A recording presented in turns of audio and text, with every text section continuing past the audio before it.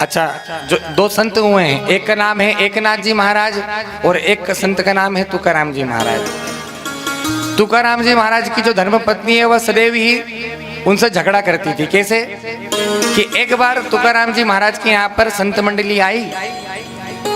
जब संत मंडली आई तो वहां पर धर्मपत्नी जी मटके को लेकर, खाली मटके को लेकर पानी भरने के लिए जाती है और तुकाराम जी से कहती है कि क्या दिन भर संतों के साथ बैठे रहते हो, भजन पूजन करते रहते हो।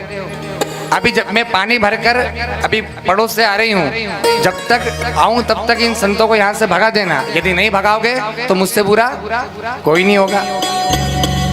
ठीक है, चली गई। आकर देखा तो फिर भी तुकाराम जी तो संतों के साथ भजन पूजन में व्यस्त। अब क्या किया, जो पानी का घड़ा भर के लाई थी ना, उसको वहीं पर तुकाराम जी के ऊपर फोड़ दिया। तो तुकाराम जी क्या कहते संतों से कि ध्यान से सुनिएगा इस बात को कि जो गरजता है वो बरसता नहीं है, लेकिन हमारी धर्मपत्नी ऐसी है कि गरजती भी है और बरसती भी है। एक दिन गन्ने को लेकर आई और आकर कहा तुकाराम जी से कि जाकर गन्ने बेच आओ। अब तुकाराम जी तो संत समाज, संत का स्वभाव, कहते हैं कि संत हृदय नवनीत समाना। संत का जो हृदय होता है वो कैसा होता है, मक्खन की जैसा नरम।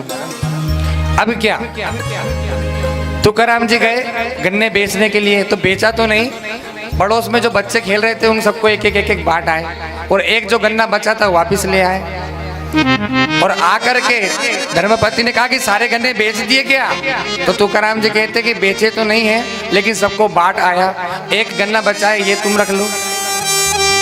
अब गुस्सा आया बड़ा। अब गुस्सा जैसे ही आया, उस तुरंत गन्ने को उठाया, उठाकर जो पीठ पर मारा तुकाराम जी की, तो एक गन्ने के दो टुकड़े हो गए। तो तुकाराम जी ने कहा कि अभी गन्ना एक था, हम खाने वाले दो थे, अब एक तुम चूस लो, एक हम चूस लें। तो ऐसी उल्टी पत्नी थी उनकी, हमेशा झगड़ा करती थी। ये तो थी तुकाराम जी की धर्मपत्नी। और एक धर्मपत्नी थी एकनाथ जी महाराज की। वह कैसी थी कि एकनाथ जी महाराज कहते थे कि जाओ पूजन के लिए जल भर लाओ, तो जल भर लाती। जाओ भगवान के लिए भोग बना दो, तो भोग बना देती। तुकाराम जी की पत्नी से किसी ने पूछ लिया कि एक बार तुकाराम जी से कि यह बताओ कि आपकी पत्नी इतनी झगड़ालू है, फिर भी आप घर में रहते हो, इस घर को छोड़ क्यों नहीं देते? तो तुकाराम जी कहते हैं कि ये झगड़ा करती है तो मेरी इसमें प्रीति नहीं होती है, ये झगड़ा करती है तो मेरा उससे लगाव ही नहीं रहा है, मेरी इससे प्रीति नहीं है। और मेरी जो प्रीति है वह किन में है, वो ठाकुर जी में लगी रहती है, क्योंकि यह तो दिन भर झगड़ा करती है। हो सकता था यदि यह मुझसे झगड़ा नहीं करती और यह मेरी बात मानती और मेरी इससे प्रीति हो जाती, तो फिर मैं माया में फंस जाता, फिर मैं भगवान का भजन नहीं कर पाता। और एकनाथ जी से पूछा क्या कि मेरी धर्मपत्नी तो इतनी अच्छी है कि जब भी भगवान का भजन करता हूँ तो जो भोग का बनाऊँ, भोग बनाने का बोल दूँ तो भोग बना देती, और जल लाने का बोल दूँ तो जल ला देती, ठाकुर जी की सेवा के लिए वस्त्र लाने का बोल देता हूँ तो वस्त्र ला देती। चलो, एक की पत्नी उल्टी, एक की पत्नी सीधी। अब एक थे कौन, हमारे मेहता जी, नरसिंह जी मेहता। जो नरसिंह जी मेहता थी उनकी धर्मपत्नी तो ऊपर ही चली गई। उसके बाद भी उन्होंने कहा कोई बात नहीं, ऊपर चली गई तो भी कोई बात नहीं, भगवान का भजन तो करना है। अब वो है नहीं तो भगवान का भजन करो। कहने का अर्थ यह है जिसको भजन करना होता है वह बहाना नहीं ढूंढता। जिसको भजन पूजन करना है वह कभी भी बहाना नहीं ढूंढता कि अरे यार मेरे तो बच्चे की वजह से नहीं बन पाती।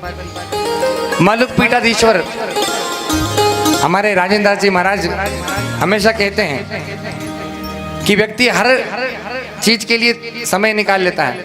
आज ऑफिस जल्दी जाना है, आज 9 बजे जाना है, लंच जल्दी बना देना मेरा, तो जल्दी टिफिन तैयार हो जाएगा। आज हमको बाजार का काम करना है तो ऐसा करो कि आज दिन भर में व्यस्त रहूंगा, बाजार का काम करना है। सब काम व्यक्ति करेगा, ड्यूटी भी जाएगा, दुकान जल्दी खोल लेगा, कभी दुकान बंगल भी रखेगा तो तीर्थ यात्रा पे चले जाएगा, लेकिन भगवान के भजन में कटौती कर देगा। आज का थोड़ा समय कम है, आज वोट डालने जाना है तो आज ऐसा करते हैं कि आज भगवान तुम हिला देना या मुझे समय कम मिलेगा। मतलब जो सेवा पूजा है वह दूसरे पर थोप देता है। और बहाना क्या कि काम का मतलब यह है कि बस बहाना बनाना है।